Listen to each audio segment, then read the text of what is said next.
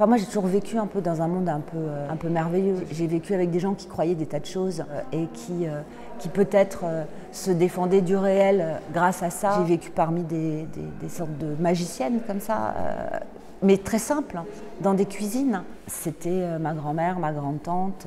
Moi, j'y crois pas forcément, mais je trouve que c'est poétique. Ce merveilleux-là, forcément, il est dans mes romans puisque c'est une partie de moi.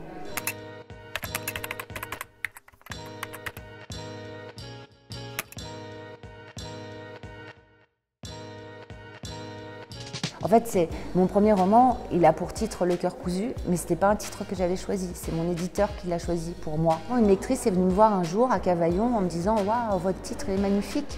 Et je lui ai dit « Il n'est pas de moi !»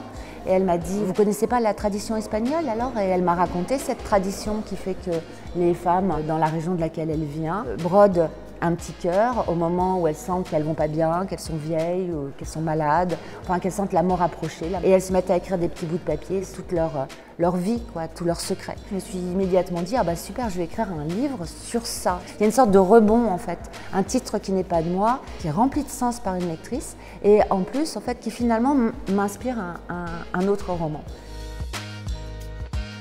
Allez, Rose Fauve, c'est l'histoire d'une postière qui vit au-dessus de sa poste, qui s'appelle Lola Cam, et qui s'intéresse qu'à son jardin en fait, qui est très renfermée, qui s'est protégée comme ça derrière les murs de son jardin, qui a l'impression, le sentiment d'être très heureuse comme ça, toute seule, dans cette solitude-là, et qui, dans son armoire, parce qu'elle est à la fois d'origine bretonne et d'origine espagnole du côté de sa mère, dans son armoire bretonne, a 5 cœurs de tissu dans lesquels ses ancêtres, toutes les femmes de sa lignée espagnole ont enfermé avant de mourir leur confidence dans ces petits bouts de papier.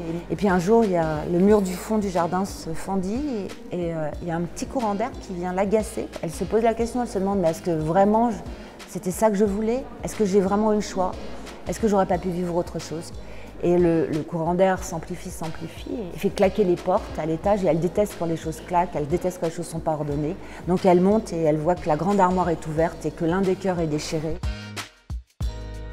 Et dans le village en question arrive une romancière. Et la romancière va aller même au-delà parce qu'elle aura envie de faire de cette femme postière, une héroïne d'un roman. Elle va entrer non seulement dans l'histoire du cœur cousu, du cœur brodé, du cœur de cet ancêtre, Inès Dolores, parce que c'est comme ça qu'elle s'appelle, mais elle va aussi entrer dans l'histoire de Lola la postière et elle va lui permettre de romancer sa vie, de vivre, de sortir aussi de l'espace du jardin, ou même pas de sortir de l'espace du jardin, mais même de modifier le jardin, de faire venir le monde dans le jardin, de faire venir des roses fauves dans le jardin et de faire venir le désir et l'amour. Lola, elle ne s'autorise pas le désir. En fait, elle est complètement cadenassée, verrouillée. Les mots du père l'ont abîmée. Et donc, en fait, elle n'a jamais éprouvé de désir pour elle-même. Et donc, elle est totalement comme incapable d'éprouver de désir de façon générale. Et incapable de rêvasser, incapable de s'imaginer demain une vie, un amour. Alors ça, c'est pas possible. Et donc, oui. Grâce en fait aux révélations d'Inès Dolores, donc en lisant avec la romancière les petits bouts de papier, la vie de son aïeul, et ben Lola, elle va se modifier. Parce que dans le cœur qui a éclaté, il n'y a pas seulement des bouts de papier, il y a aussi un plus petit cœur avec des graines. Les deux, la romancière et Lola, vont planter les graines. Enfin, et la romancière va même proposer à Lola d'en avaler. Et à mesure qu'en fait Lola va découvrir le désir, le jardin va s'emplir, mais je vous dis pas de quoi. Il y a toujours un conte qui m'inspire des romans, c'est vrai. Là, ça serait peut-être Jacques et le haricot magique. Elles font pousser quelque chose dans ce jardin qui devient merveilleux et qui modifie la réalité. C'est vrai qu'il y avait une sorte de challenge qui était une gageure qui était est-ce que c'est possible de faire germer du merveilleux aujourd'hui, maintenant, comme ça, dans un roman pour adultes, quoi. C'est pas évident. Ben oui. Enfin, j'ai essayé de perdre le lecteur ou de me perdre. Moi, lectrice, en fait, parce que je ne pense pas forcément au lecteur quand j'écris, je pense à... C'est affreux, hein, mais je pense à moi.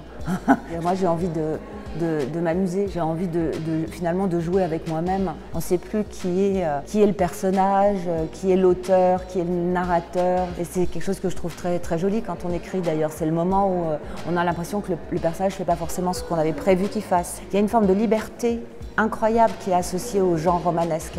On peut tout mettre dans un roman et donc j'ai essayé de jouer sur des personnages qui sont boiteux et bancals parce qu'elle a un pied, finalement les boiteux c'est les êtres du passage, vous voyez, ils passent le seuil, ils passent de la vie à la mort. Traditionnellement, c'est ça le boiteux. Et puis moi, je suis bancale aussi. Je suis un pied dans le réel et un pied dans le merveilleux. Je suis absolument fascinée par tout ce qui est épigénétique. Je trouve ça beau, je trouve ça extraordinairement poétique d'associer la science et le roman.